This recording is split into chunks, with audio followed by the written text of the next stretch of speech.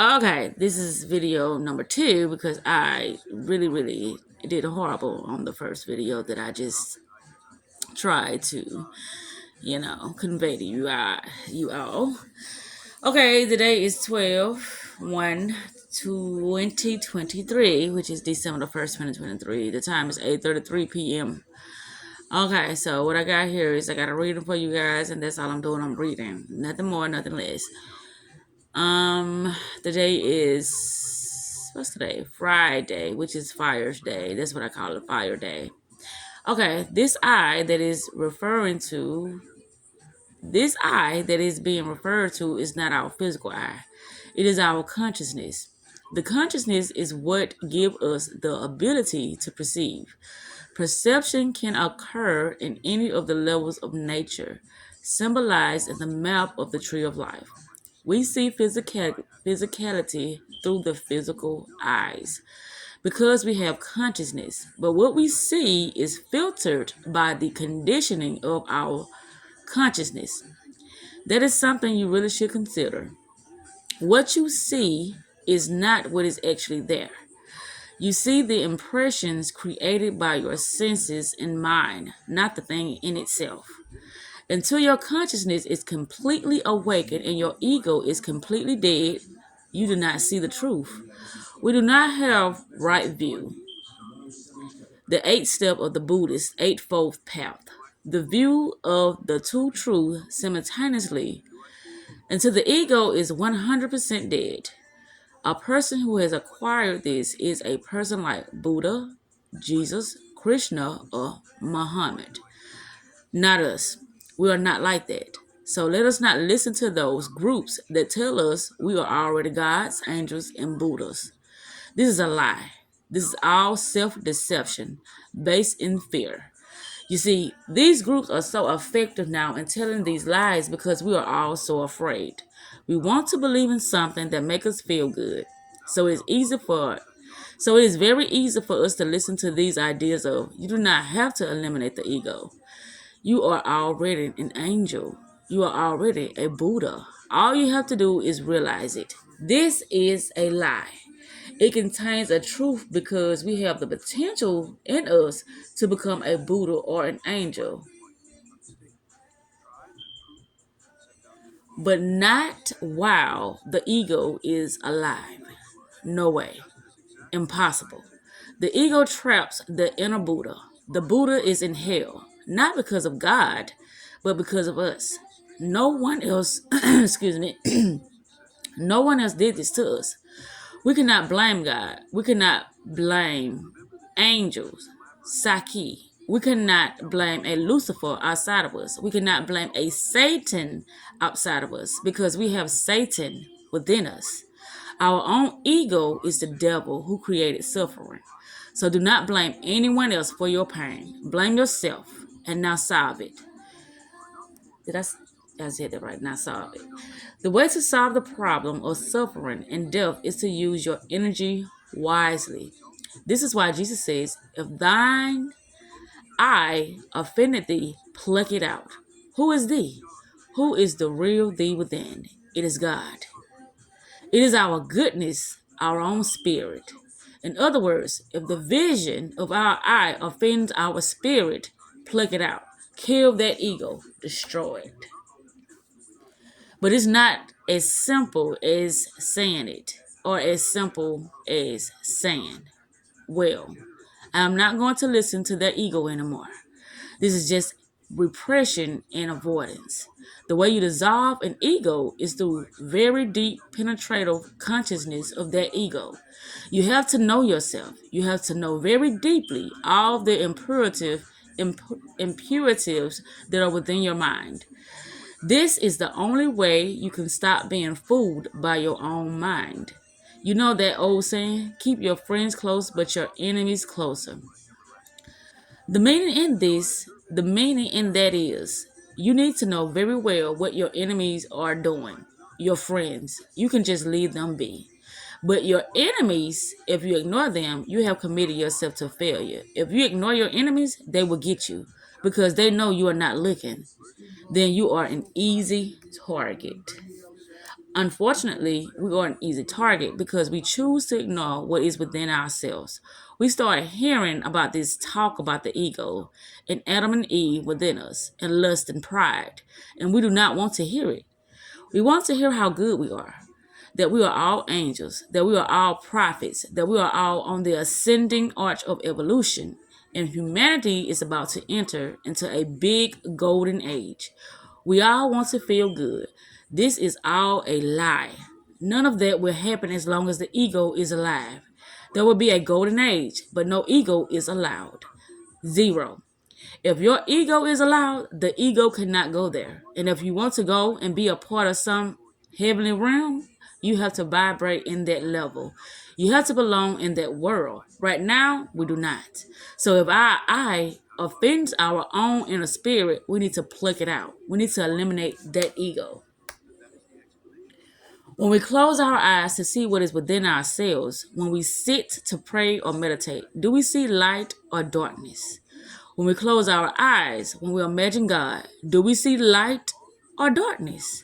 Usually, we see darkness. Usually, when we look to see what is in us, we do not see anything. We see darkness. When we want to resolve a problem in our life, we do not see solutions. We see darkness. Psychological darkness, spiritual darkness, not literal darkness. To be in the dark means to not know which way to go, to not be able to see your way around, to not be able to navigate through life.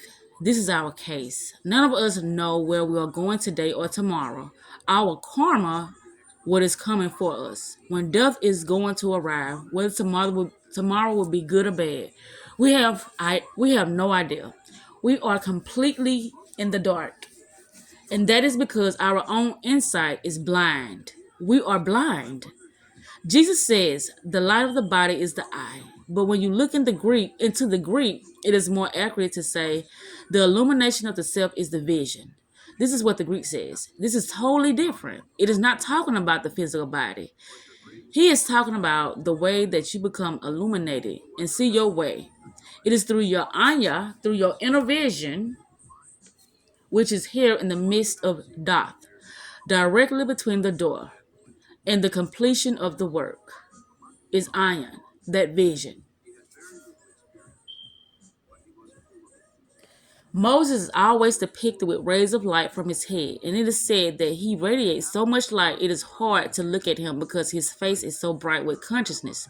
Jesus is a sign. This is not physical light, not literal light, but conscious light. In other words, Jesus is saying, if thine eye offend thy spirit, pluck it out. It is better to have one eye. This is how we enter into the path of life. That one eye, that one vision is the pure vision that we can reach through DAATH, through knowledge. That singular eye is the divine clairvoyance, pure clairvoyance, our pure inner vision of the prophet. If the ego is alive, our vision is filtered and impure. So that phrase that theologians have been arguing about for centuries is actually very simple. When you look into the Hebrew and the Greeks, you will see what exactly written here. We have to make our own tree of knowledge good. We have to convert our tree of knowledge and make it fruitful. Remember, God says, be fruitful and multiply. He is not talking about physicality. He is talking about spirituality. To make DAATH bear fruit, spiritual fruit, conscious fruit.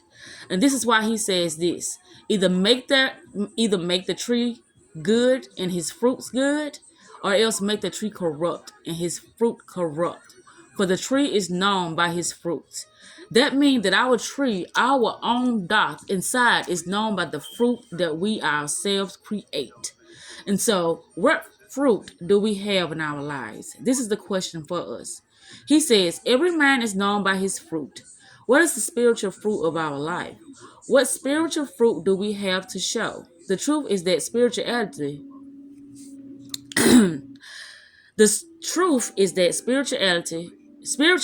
we are in darkness. Do we have the ability to meditate and see God face to face and receive the guidance that we need?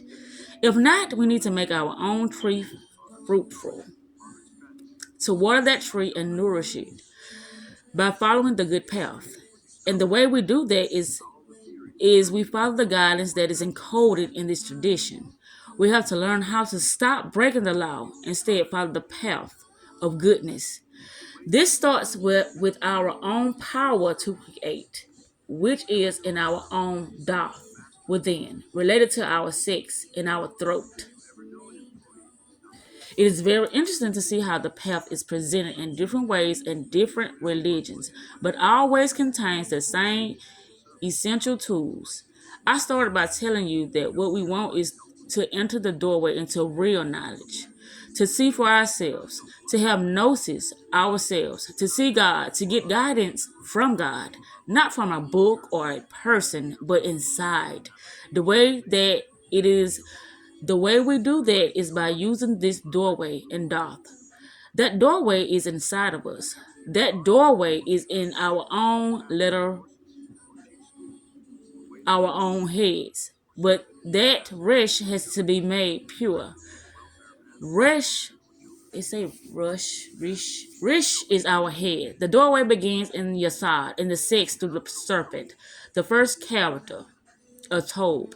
It ascends up in the spinal column. As we utilize those energies in the right way through transmutation and through consciousness, it is created through the letter, Beth of Tob. This is how we initiate Genesis within ourselves to create the real man. In this way, we start to utilize these forces and pass through a series of tests and initiation that help us to see the ego and remove it. This is the great help that Lucifer provides to us. The tempter has his place. He serves God.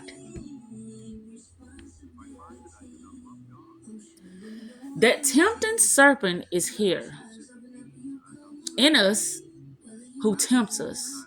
And that is the temptation we pass through in the stages of initiation as we raise that energy up the spinal column.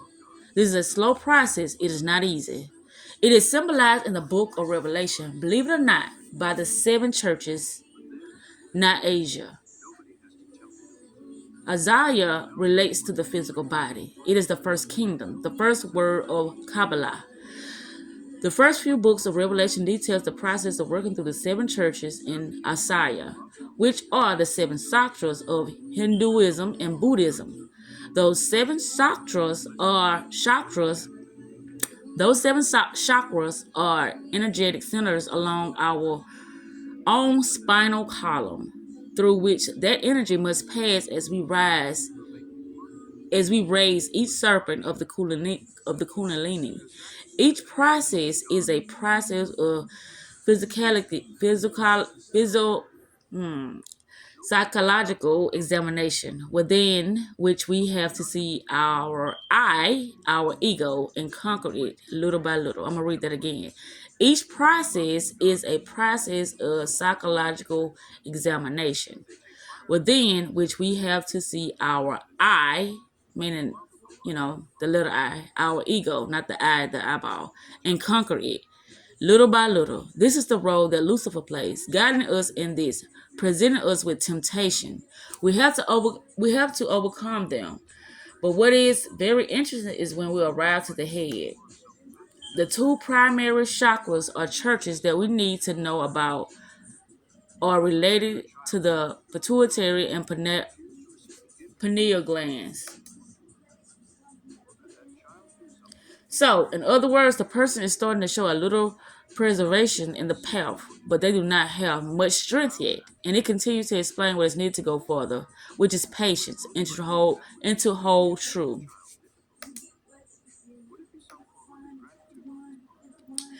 The throne is in the pineal gland. This is the crown of life. This is where the energy rises all the way to the spine. Top of the spine reaches the pineal gland and divine sight is open. This process is a combination of these two churches, Philadelphia and Laodicea. When these two churches or chakras are awakened, clairvoyance and polyvoyance are awakened. This is the divine sight of the prophet who sees by the power of God and DAATH without ego. The full completion of that process, when the process is fully accomplished, which is in many stages, is symbolized in the 6 days of Genesis to create the complete man. If you read the 6th day of Genesis, this is the only day that God says is very good. The other days, he completes the work of the day and says, and God saw that it was good, and God saw the end in the valve through the spine. But on the 6th day, he says it was very good. It was told. The word very in Hebrew is written with daf, minya, the same letters as Adam. In other words, on the 6th day, when the completion of creation is done, Adam is restored back to Eden. And we have then a completed man. So, in synthesis, what we need to do is to perform the creation in ourselves, to return to the tree of knowledge, but to not eat the fruit, to enjoy the aroma, to enjoy all the benefits of it without eating it, which means to not indulge in it, but instead to restrain the senses, to control lust, to not be tempted by the serpent. When we accomplish that day by day, we need to use that energy to eliminate our psychological problems, not outside, but inside. It is these problems that filter our visions. We do not see the facts of our life, the truth of what is around us, because our perceptions are filtered by our resentments, by our memory, by our desires, by our fears. We only allow ourselves to see according to what we want to see. We do not want to see the truth, and that is why we are blind. To see the truth, we have to awaken our consciousness. This is possible for anyone to do, but we cannot do it alone. We have to follow the steps exactly, but we need help. And that help comes from inside. It comes from our goodness, but it also comes from Christ. You remember here in Revelation, it says at the 7 churches. This Amen is related with the upper triangle of the tree of life. This is the cosmic Christ, that illuminating force of light, which illuminates everything for us to see the light, to see what it actually is. We need the help of the light, which is Christ. Christ is not outside, it is inside.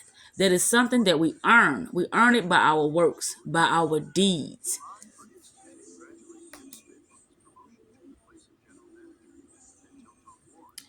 If we know that karma, cause and effect, is the basis of everything, this man is blind. So why would he be blind if not for consequences? Jesus said he is not blind because of any sins, but that God's work might be shown through him. The answer is this man already illuminated the cause of that sin. He is blind, but he illuminated the ego. And so he is awaiting Christ to illuminate him. The ancient communities was built around the serpent stone. The stone is related to Yesod, which means the foundation, and is the foundation or sonar stone mentioned in the Gospels. The serpent is within the stone and awakens through transmutation of the sexual energy. Thus, Jesus tells the man to return to his sexual work. Jesus healed the blind man's sight, but with a very beautiful symbol. When Jesus spits on the ground, he is taking that sacred water from the mouth where the word emerges, the logos, the superior waters of the upper Eden, which are related with DAATH. If you remember from other lectures, there are 2 Edens, DAATH related with Shemaiah, which is usually translated as heaven, but means fiery water, and the Maya or loaded Eden in Yesod. The spit emerges from DAATH through the throat of Jesus. This is transmuted sexual fiery water, the guidance of Christ for an initiative for someone who transmute. The spit that liquid fire he places in the earth, which means ground, earth in Hebrew, and this is where Adam is created. Adam came from the dust of the earth. This is how the soul is created. This is how Adam is created. The fiery water mixed with the earth and then extracted and heals the man's sight. Do you see the beautiful symbolism? Completely Kabbalistic. If you do not know Kabbalah, the story does not make any sense. Why would he spit on the guy's eye with dirt? It doesn't mean anything. But when you know what the Kabbalistic symbols are, it is beautiful. It is showing this deep relationship of why the waters need to descend to the earth and rise again. This is the process of the path. The path is hard, but only because we made it hard. The aid of Christ is there for us if we take it. The path is only hard because of our ego, which we made. The more we delay and the more we avoid it, the harder it becomes. If we ignore the ego, we cannot control it. If we are ignoring what is happening in our subconscious mind, our unconscious mind, then we are not in control. So we are blind, ignorant. To receive the aid that is blind, to receive the aid that this blind man receives, we have to eliminate the ego. Jesus said it is not due to his sin, but Jesus said it is not due to his sin because that sin was already absolved. That man did not have any sin within himself anymore. He had done his part, and then Christ came to illuminate him. This is possible for any of us if we do our part.